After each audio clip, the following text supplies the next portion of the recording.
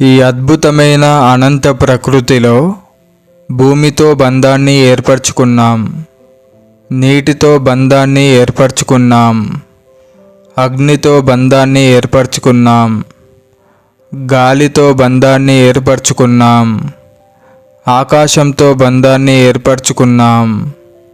ఇలా ప్రకృతిలోని 5 పంచభూతాలతో కలిసి ప్రకృతిలోని ప్రతి బంధాన్ని ముందే ఏర్పరచుకొని ఈ భూమిపై తల్లి గర్భంలో నుండి మనిషిగా పుట్టాం. అయితే సూర్యుడు ఉన్నంతసేపు సూర్యుడితో బంధం, చంద్రుడు ఉన్నంతసేపు చంద్రునితో తెలియని బంధం అందరిది. అయితే ఆ బంధాన్ని ఎలా ఉపయోగించుకోవాలో భూమి మీద జీవిస్తున్న జీవరాశులన్నింటికీ తెలుసు, ఒక మనుషులకు తప్ప.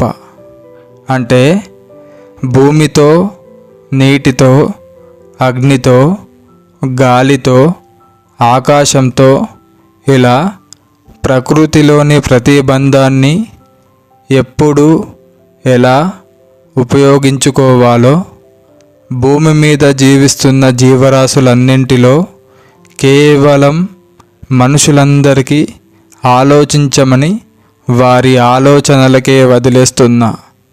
ఎందుకంటే భూమి మీద జీవిస్తున్న జీవరాశులన్నింటిలో కేవలం మనుషులకు మాత్రమే ఆలోచించే శక్తి ఉంది.